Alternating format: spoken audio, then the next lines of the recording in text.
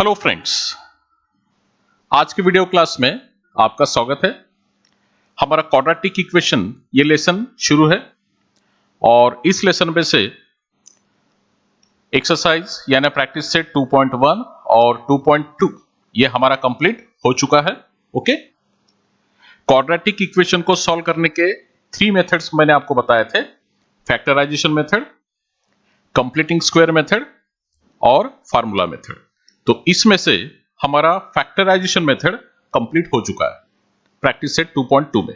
Okay, अब हमें लेना है नेक्स्ट मेथड है और वो नेक्स्ट मेथड का नाम है completing the square method.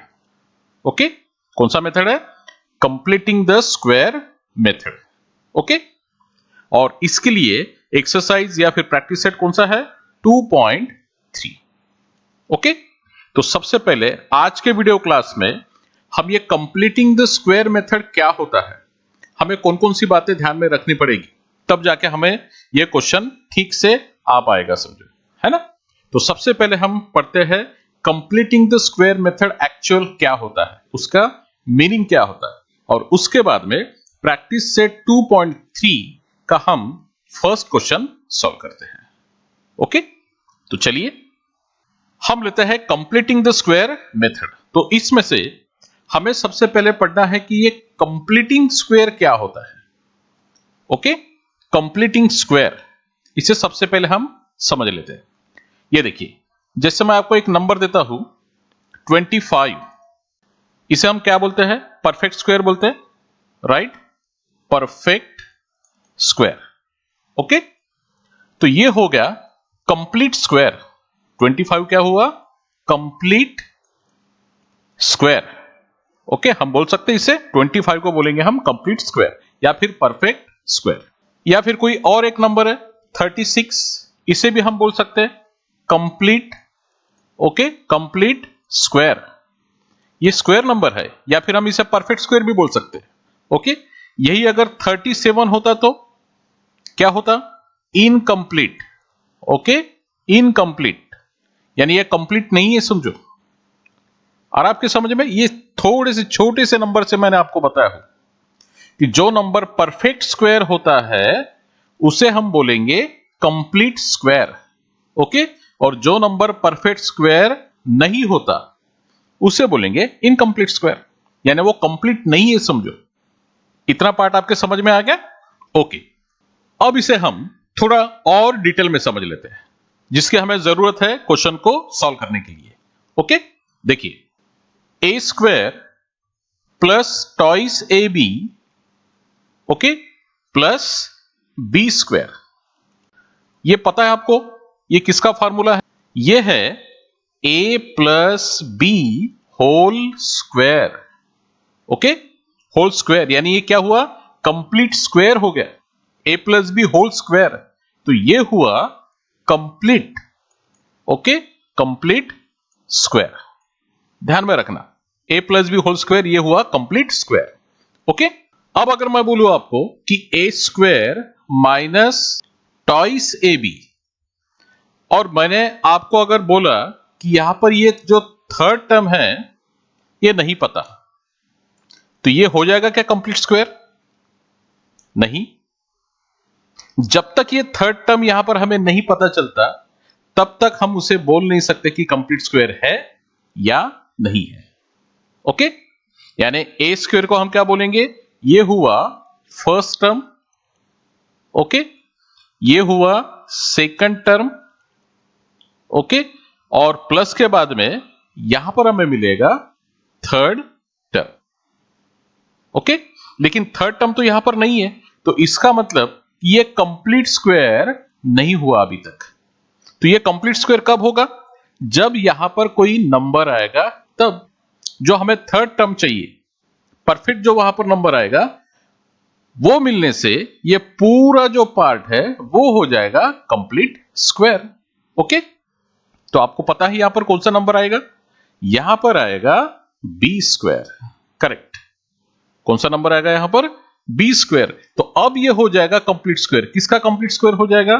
A minus b whole square. Okay, अब हम इसे बोल सकते हैं कंप्लीट स्क्वायर। ओके, तो यहां पर हमें क्या लिखना पड़ेगा अभी? Complete square. ओके, अब ये दोनों फार्मूले आपको पहले से याद है। ओके, इसलिए आपको पता था यहां पर कौन सा टर्म आने वाला है करके। ये थर्ड टर्म बी स्क्वायर और यहां पर भी बी स्क्वायर। ओके, लेकिन अगर मैं कोई नया क्वेश्चन दूं तो, अगर मैं आपको कोई नया क्वेश्चन दूं तो ये देखो, जैसे एक्स स्क्वायर प्लस 10x, और अब मुझे बताइए कि यहां पर थर्ड टर्म कौन सा आने वाला है ताकि वो कंप्लीट स्क्वायर हो सके। बता सकते हैं आप? लगाइए थोड़े दिमाग, यहां पर थर्ड टर्म कौन सा आएगा? बराबर है ना, ये फर्स्ट टर्म एक्स स्क्वायर, ये सेकंड टर्म 10x, और यहां पर जो टर्म आएगा वो होगा थर्ड टर्म। ये थर्ड टर्म अगर हमने यहां पर ऐड कर दिया तो ये पूरा पार्ट हो जाएगा कंप्लीट स्क्वायर। ओके, तो अब यहां पर ये जो थर्ड टर्म है इसे फाइंड करने का आपको फार्मूला दिया है। देखो कौन सा फार्मूला है वो ध्यान में रखना। भी यहां पर मैं आपको फार्मूला बताता हूं, ठीक है? देखो, third term is equal to 1/2, formula ध्यान में रखना, 1/2 into coefficient of, okay, coefficient of किसका? ये जो मिडल टर्म होता है उसका कोएफिशिएंट, यानी x का कोएफिशिएंट, यानी +10। ओके, तो यहां पर हमें कोएफिशिएंट किसका लिखना पड़ेगा? x का, और होल स्क्वायर। ठीक है, अब इज इक्वल टू, यहां पर वैल्यू पुट करते देखो, 1/2 इंटू कोएफिशिएंट ऑफ x का कोएफिशिएंट 10, ओके, और होल स्क्वायर। इसे आगे हम सॉल्व करते हैं, 1/2 इंटू 10, यानी 10 1 जा 10/2 होल स्क्वायर, और इज इक्वल टू 10 को 2 से डिवाइड किया तो आंसर आएगा 5, उसका स्क्वायर, और 5 का स्क्वायर यानी आंसर मिलेगा 25। तो देखो थर्ड टर्म कौन सा मिला अभी? 25। तो इसका मतलब कि इस बॉक्स में जो थर्ड टर्म होगा वो हो जाएगा 25। ओके, अब यहां पर 25 आया तो ये क्या हुआ अभी? Perfect square. ओके, ये क्या हुआ अभी? Perfect square. लेकिन किसका परफेक्ट स्क्वायर हो गया? अब ये हमें राइट साइड में आंसर निकालना है। क्या आंसर मिलेगा हमें? देखो अभी ये जो एक्स स्क्वायर है, इस एक्स स्क्वायर का स्क्वायर रूट यानी एक्स लेना पड़ता है। ये मिडल टर्म जो है 10x, उसका साइन यानी प्लस, ओके, और ये जो 25 है इसका स्क्वायर रूट यानी कितना? 5, और ये हो जाएगा होल स्क्वायर। तो ये मिलेगा हमें कंप्लीट स्क्वायर। आ रहा आपके समझ में? ओके, मैं आपको और एग्जांपल देता हूं, ठीक है?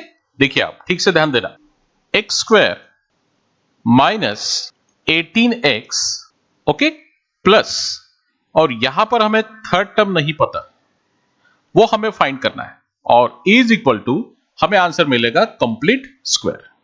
ओके, तो अब यहां पर हमें थर्ड टर्म फाइंड करना है और उसका कंप्लीट स्क्वायर। ओके, तो मैंने आपको फार्मूला क्या बताया? ये देखो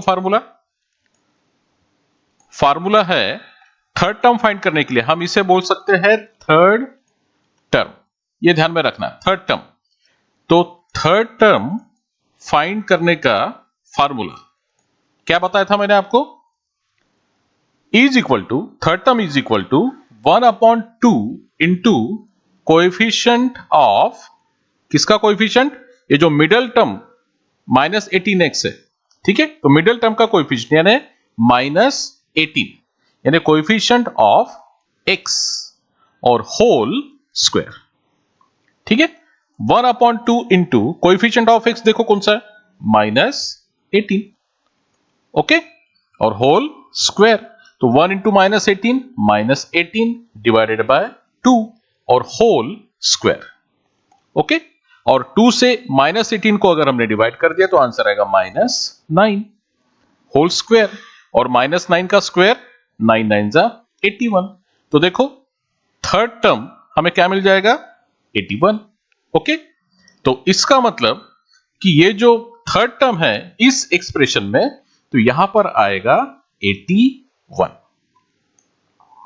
ओके, 81। और ये पार्ट अभी हो जाएगा कंप्लीट स्क्वायर। अभी किसका कंप्लीट स्क्वायर हो जाएगा, कैसे निकालते? देखो, ये जो फर्स्ट टर्म है एक्स स्क्वायर, इसका स्क्वायर रूट, तो क्या आंसर मिलेगा? एक्स स्क्वायर का square root x. Middle term का साइन देखो, माइनस। ओके, ये माइनस। और जो लास्ट टर्म है यानी थर्ड टर्म हमने जो ऐड किया 81, उसका स्क्वायर रूट, 81 का स्क्वायर रूट यानी 9 और होल स्क्वायर। तो ये हुआ कंप्लीट स्क्वायर। ओके, इतना पार्ट अगर आपको अच्छे से समझ गया होगा तो हम क्वेश्चन को सॉल्व कर सकते हैं, क्योंकि उस क्वेश्चन में बीच में इतना पार्ट हमें करना पड़ता है। जब तक हम लेफ्ट साइड को कंप्लीट स्क्वायर नहीं करेंगे तब तक क्वेश्चन को सॉल्व नहीं करेंगे। इसलिए इस मेथड का नाम है completing the square method. Okay, यानी इस मेथड का नाम कंप्लीटिंग द स्क्वायर मेथड क्यों है? क्योंकि हमें बीच में इक्वेशन को कंप्लीट स्क्वायर करना पड़ता है। ओके, इसलिए इसका नाम है कंप्लीटिंग द स्क्वायर मेथड। यानी जो आपको इक्वेशन दिया होगा उस इक्वेशन को कंप्लीट स्क्वायर करना है और उसके बाद उसे सॉल्व करना है। ओके, तो चलिए अभी हम एक्सरसाइज 2.3 का फर्स्ट क्वेश्चन सॉल्व करते हैं bye completing the square method. तो यह है फर्स्ट क्वेश्चन प्रैक्टिस सेट 2.3 में का। ओके, और इसे हमें कंप्लीटिंग स्क्वायर मेथड से सॉल्व करना है। ओके, तो ठीक से ध्यान देना, मैं आपको क्या बताता हूं। देखिए, ये जो आपको इक्वेशन दिया है क्वाड्रेटिक इक्वेशन, सबसे पहले इसमें से जो कांस्टेंट नंबर है, कौन सा है कांस्टेंट नंबर? देखो, -20। ओके, इसे राइट साइड में सबसे पहले ट्रांसफर करना है। यानी क्या लिखना पड़ेगा? देखो, x square plus x is equal to -20 को ट्रांसफर +20। ओके, हमेशा ध्यान में रखना कि कंप्लीटिंग स्क्वायर मेथड से क्वेश्चन को सॉल्व करने के लिए जो कांस्टेंट नंबर होता है क्वाड्रेटिक इक्वेशन में, उसे सबसे पहले राइट साइड में ट्रांसफर करना पड़ता है। ओके, इसके बाद में ये जो एक्स स्क्वायर है, फर्स्ट टर्म एक्स स्क्वायर, इसका कोएफिशिएंट सिर्फ कितना चाहिए? 1। और यहां पर 1 है, तो इसका मतलब कि अब हम इस इक्वेशन को सॉल्व कर सकते हैं। ओके, तो सबसे पहले मैं क्या करता हूं, इस इक्वेशन को मैं बॉक्स करता हूं। ओके, ये देखो, और यहां पर लिखता हूं इक्वेशन फर्स्ट। यहां तक समझा सबको? क्या बताया मैंने कि जो भी क्वाड्रेटिक इक्वेशन दिया है उसमें से कांस्टेंट नंबर सबसे पहले राइट साइड में ट्रांसफर, और उसके बाद में एक्स स्क्वायर का कोएफिशिएंट कितना चाहिए? 1 चाहिए। ठीक है, 1 अगर है तो उस इक्वेशन को हम बॉक्स कर देंगे और उस इक्वेशन को नाम देंगे हम इक्वेशन फर्स्ट। अगर 1 नहीं है तो आपको 1 करना पड़ेगा। तो यहां पर जो कोई भी नंबर है, 7 है, 2 है, 5 है, ठीक है, तो उसी नंबर से डिवाइड करके हम वहां पर 1 ला सकते हैं। ओके, यहां तक समझा? ये हुआ इक्वेशन फर्स्ट। अब इसके बाद में इसका जो लेफ्ट साइड है, देखो, एक्स स्क्वायर प्लस एक्स, इसमें दो ही टर्म है। ठीक है, मैं इसे कैसे लिखता हूं? देखो आप ठीक से, therefore x square plus x, first term second term, और इसे कंप्लीट स्क्वायर बनाने के लिए इसमें हमें थर्ड टर्म ऐड करना पड़ेगा। ये देखो, प्लस, मैंने बॉक्स यहां पर लिखा हूं, तो इसका मतलब कि यहां पर हमें थर्ड टर्म ऐड करना है। लेकिन रूल क्या है कि अगर हम लेफ्ट साइड में कोई नंबर ऐड करते हैं तो राइट साइड में भी ऐड करना पड़ता है। तो इसका मतलब कि 20 प्लस यानी 20 में भी हमें वही नंबर ऐड करना पड़ेगा। यानी यहां पर भी हमें क्या देना पड़ेगा? बॉक्स। ओके, आ रहा आपके समझ में? यानी लेफ्ट साइड में जो नंबर हम ऐड करेंगे कंप्लीट स्क्वायर होने के लिए, वही नंबर आपको राइट साइड में भी ऐड करना पड़ेगा। ओके, अब इस इक्वेशन का लेफ्ट साइड आप देखो, लेफ्ट साइड को कंप्लीट स्क्वायर बनाने के लिए हमें थर्ड टर्म फाइंड करना पड़ेगा, इस बॉक्स में वैल्यू पुट करना पड़ेगा। ठीक है, तो थर्ड टर्म फाइंड करने का मैंने आपको फार्मूला बताया था, कौन सा फार्मूला है पता है आपको? ये देखो, third term is equal to 1/2 into coefficient of x और ब्रैकेट का स्क्वायर। यह फार्मूला ध्यान में रखना। कंप्लीट स्क्वायर बनाने के लिए जो हम थर्ड टर्म ऐड करते हैं वो फाइंड करने का ये फार्मूला है। तो is equal to 1/2 into coefficient of x। देखो x का कोएफिशिएंट 1 है, तो यहां पर हम लेंगे 1 और होल ब्रैकेट का स्क्वायर इज इक्वल टू, अब 1/2 इंटू 1 यानी 1/2 और होल ब्रैकेट स्क्वायर। अब 1/2 का स्क्वायर यानी 1 का स्क्वायर 1, 2 का स्क्वायर 4। ओके, तो थर्ड टर्म कौन सा मिला आपको? देखो अभी 1/4। तो ये जो थर्ड टर्म हमने फाइंड किया 1/4, ये इस बॉक्स में पुट करना है। ओके, तो यहां पर अभी हमें क्या लिखना पड़ेगा? Putting 1/4 to both sides.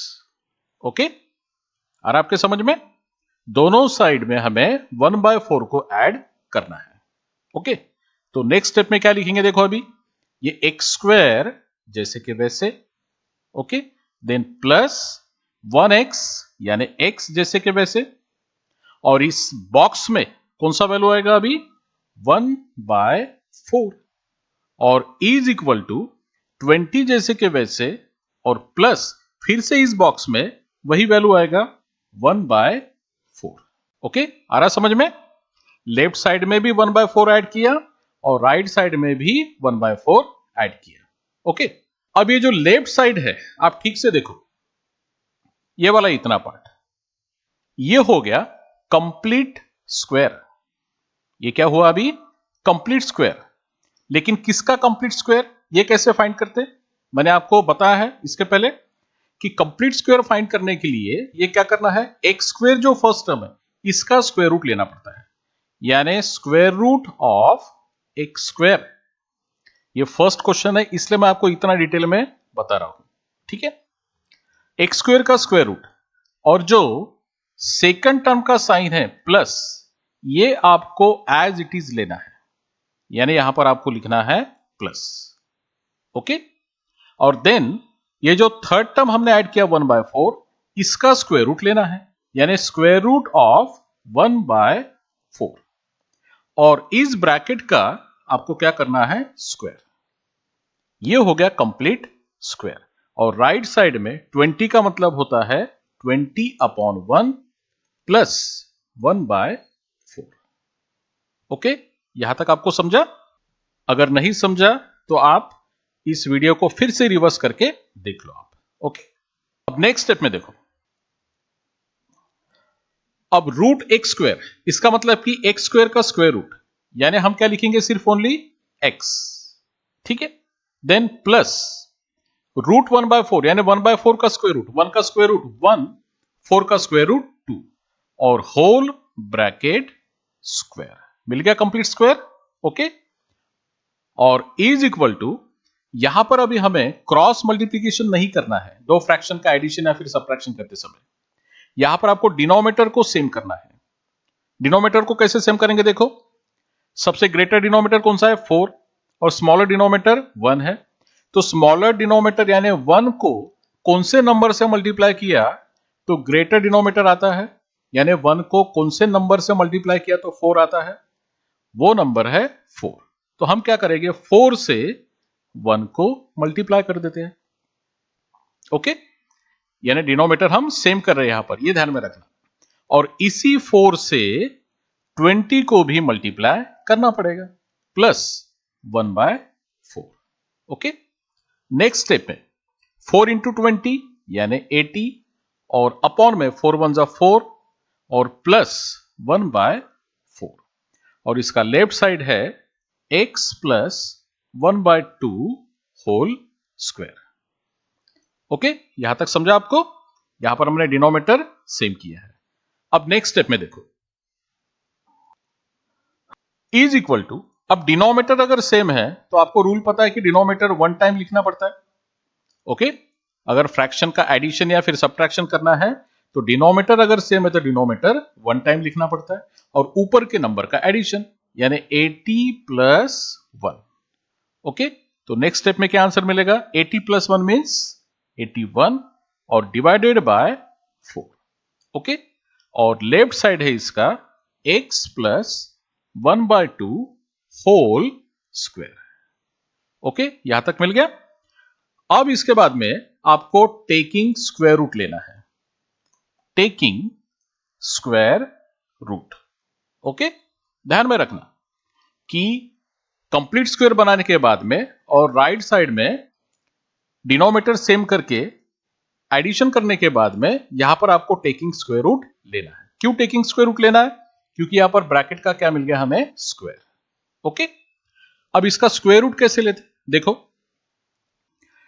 Bracket के स्क्वायर का स्क्वायर रूट लेते समय यह पावर 2 लिखने की जरूरत नहीं है, सिर्फ आपको लिखना पड़ता है x प्लस 1/2, यानी यह पावर 2 लिखने की जरूरत नहीं है, इज इक्वल टू 81/4 का स्क्वायर रूट, यानी प्लस माइनस आएगा और इसे हम रूट के अंदर लिखेंगे 81/4।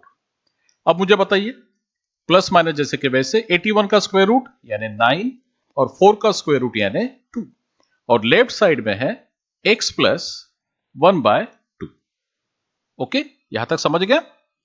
अब यहां से हम दो पार्ट करते हैं, एक प्लस 9/2 के लिए और दूसरा माइनस 9/2 के लिए। ओके, देखो नेक्स्ट स्टेप में तो सबसे पहले हम लिखेंगे x प्लस 1/2, इसका वैल्यू लेंगे हम प्लस 9/2। ओके, प्लस 9/2 और में फिर से x प्लस 1/2, इसका वैल्यू लेंगे हम माइनस 9/2, माइनस 9/2। ओके, एक बार प्लस के लिए लेना है और एक बार माइनस के लिए लेना है। अब इसे हम आगे सॉल्व करेंगे। देखो, x इज इक्वल टू ये 9/2 जैसे कि वैसे प्लस 1/2 को ट्रांसफर माइनस 1/2। ओके, और x इज इक्वल टू फिर से देखो डिनोमिनेटर सेम है तो 2 लिखेंगे और ऊपर में 9 माइनस 1। क्या आंसर मिलेगा? x is equal to 9 minus 1 means 8 upon में 2 और x is equal to answer मिलेगा 2 से 8 को डिवाइड कर देंगे, आंसर मिलेगा 4। यानी x का फर्स्ट वैल्यू देखो कौन सा हो गया? x is equal to 4। Okay, अब राइट साइड में देखो, इसे भी सॉल्व करना है तो x is equal to minus 9/2 और प्लस 1/2 को ट्रांसफर माइनस 1/2। फिर से इसे सॉल्व करेंगे। देखो, डिनोमिनेटर सेम है तो डिनोमिनेटर 1 टाइम लिखेंगे 2 और ऊपर के नंबर का एडिशन सब्ट्रैक्शन यानी माइनस 9 और minus 1। x is equal to minus 9 minus 1 का आंसर कितना मिलेगा? माइनस 10 अपॉन 2 और x is equal to minus 10 को 2 से डिवाइड कर देंगे, आंसर मिलेगा माइनस 5। तो अब यहां पर x का दूसरा वैल्यू मिल गया माइनस 5। ओके, आ रहा आपके समझ में? यानी अब इस क्वेश्चन का सॉल्यूशन क्या मिलेगा हमें? ये देखो नीचे में लिखना पड़ेगा सॉल्यूशन x का फर्स्ट वैल्यू यानी 4, ओके, और सेकंड वैल्यू यानी माइनस 5। तो सॉल्यूशन हो गया 4 एंड माइनस 5। एक बार देखो, हमने क्या किया, इक्वेशन में थोड़ा सा चेंजेस किया कि जो कांस्टेंट नंबर है वो राइट साइड में ट्रांसफर कर दिया, ये सबसे पहले ध्यान में रखना। उसके बाद में एक्स स्क्वायर का कोएफिशिएंट 1 चाहिए, अगर 1 है तो ठीक है, 1 नहीं है तो 1 आपको करना पड़ेगा। यहां पर 1 है तो इस इक्वेशन को हम कर देंगे box, x square plus x is equal to 20, equation first. उसके बाद में ये जो लेफ्ट साइड है, लेफ्ट साइड को कंप्लीट स्क्वायर बनाने के लिए उसमें थर्ड टर्म ऐड करना पड़ेगा, इसलिए मैंने प्लस ये ब्लैंक बॉक्स यहां पर लिखा हुआ है, यानी ये थर्ड टर्म होगा, इज इक्वल टू 20 में भी वही बॉक्स यानी वही नंबर हमें ऐड करना पड़ेगा, क्योंकि रूल है लेफ्ट साइड में ऐड करते हैं तो राइट साइड में भी ऐड करना पड़ेगा। ओके, और इसके बाद में ये जो थर्ड टर्म हम फाइंड करेंगे तो देखो राइट साइड में थर्ड टर्म फाइंड करने का formula 1/2 into coefficient of x whole square, value put कर देंगे 1/2 इंटू एक्स का कोएफिशिएंट, ये देखो बीच में एक्स का कोएफिशिएंट यानी 1 तो 1 लिखेंगे उसका स्क्वायर, 1/2 इंटू 1, 1/2 होल स्क्वायर, तो आंसर मिलेगा 1/4। तो ये हुआ थर्ड टर्म, और ये थर्ड टर्म इस बॉक्स के जगह हम वैल्यू पुट कर देंगे। तो यहां पे लिखना पड़ेगा पुटिंग 1/4, यानी ये जो थर्ड टर्म हमने फाइंड किया 1/4 टू बोथ साइड्स। ओके, तो एक्स स्क्वायर प्लस एक्स और प्लस इस बॉक्स के जगह आएगा 1/4 इज इक्वल टू 20 प्लस फिर से बॉक्स के जगह आएगा 1/4। ओके, और अब इसका कंप्लीट स्क्वायर किसका, ये सोचने के लिए क्या करना पड़ेगा हमें। फर्स्ट टर्म एक्स स्क्वायर, तो एक्स स्क्वायर का स्क्वायर रूट, सेकंड टर्म यानी प्लस जैसे कि वैसे साइन देना है, और थर्ड टर्म 1/4 इसका फिर से स्क्वायर रूट और whole bracket square is equal to 20 means 20/1 plus 1/4। ओके, नेक्स्ट स्टेप में एक्स स्क्वायर का स्क्वायर रूट एक्स प्लस 1/4 का स्क्वायर रूट 1/2 होल स्क्वायर, और राइट साइड में क्या करेंगे, डिनोमिनेटर सेम करेंगे यहां पर, और बाद में फिर एडिशन करेंगे। तो डिनोमिनेटर में 1 का डिनोमिनेटर 4 करना है, तो 1 को 4 से मल्टीप्लाई कर देंगे, इसलिए 20 को भी 4 से मल्टीप्लाई करना पड़ेगा। तो 4 इंटू 1 अपॉन में 4 आएगा, 4 इंटू 20 यानी 80 प्लस 1/4। ओके, नेक्स्ट स्टेप में देखो, डिनोमिनेटर अगर सेम हो गया तो डिनोमिनेटर 1 टाइम लिखते हैं, ऊपर के नंबर का एडिशन, यानी 80 प्लस 1 ऊपर में लिखना पड़ेगा अपॉन में 4, तो 80 प्लस 1 यानी 81 अपॉन में 4, और लेफ्ट साइड है इसका x plus 1/2 whole square. Okay, अब यहां से क्या करना है, टेकिंग स्क्वायर रूट लेना है, दोनों साइड का स्क्वायर रूट। ये देखो, तो स्क्वायर रूट लेते समय ब्रैकेट का जो पावर है 2 ये नहीं लिखेंगे, only x plus 1/2। Okay, is equal to, इस नंबर का स्क्वायर रूट लेते समय प्लस माइनस ऐसे दो साइन आपको देने पड़ते हैं, और उस पार्ट को आपको रूट के अंदर लिखना पड़ता है। 81/4 को स्क्वायर रूट ऑफ 81/4 ऐसे लिखना पड़ेगा। ओके, फिर से लेफ्ट साइड x प्लस 1/2 जैसे के वैसे is equal two plus minus 81 का स्क्वायर रूट 9, 4 का स्क्वायर रूट 2। ओके, अब यहां से हमें क्या करना है, दो पार्ट करना है, एक प्लस 9/2 के लिए और दूसरा माइनस 9/2 के लिए। ओके, देखो, तो सबसे पहले x प्लस 1/2 का वैल्यू प्लस 9/2 लेंगे, और के बाद में x प्लस 1/2 का वैल्यू माइनस 9/2, और प्लस 1/2 इसे ट्रांसफर माइनस 1/2, फिर से डिनोमिनेटर देखो सेम है तो 1 टाइम लिखेंगे, और 9 माइनस 1 मीन्स 8, 8/2 यानी 4। ये हो गया फर्स्ट आंसर। और इधर भी प्लस 1/2 को ट्रांसफर माइनस 1/2, और डिनोमिनेटर सेम है तो इसका मतलब कि माइनस 9 माइनस 1 ऊपर में करना पड़ेगा, -10/2 यानी -5। तो first value 4, second value -5। Okay, तो इस तरह से ये हुआ सॉल्यूशन। तो क्वेश्चन थोड़े लॉन्ग है, ध्यान में रखना है आपको ठीक से, इसे 2-3 बार करके देखिए, आप लिख कर देखिए आपके रफ पेज पर, तब जाके पूरा का पूरा मेथड आपके समझ में आ जाएगा कि कौन सा स्टेप कहां पर करना है ना। यानी इस क्वेश्चन को आप 2-3-4 बार करके देखिए, तब पूरा का पूरा स्टेप आपके समझ में आ जाएगा, और बाद में फिर मैं जो होमवर्क देने वाला हूं इसे सॉल्व कीजिए। ओके, मैं आपको सिर्फ एक क्वेश्चन में आपको होमवर्क देने वाला हूं, इसे आप सॉल्व कीजिए और इसका आंसर मुझे बताइए आप। ओके, तो नेक्स्ट वीडियो क्लास में हम मिलते हैं, बाय।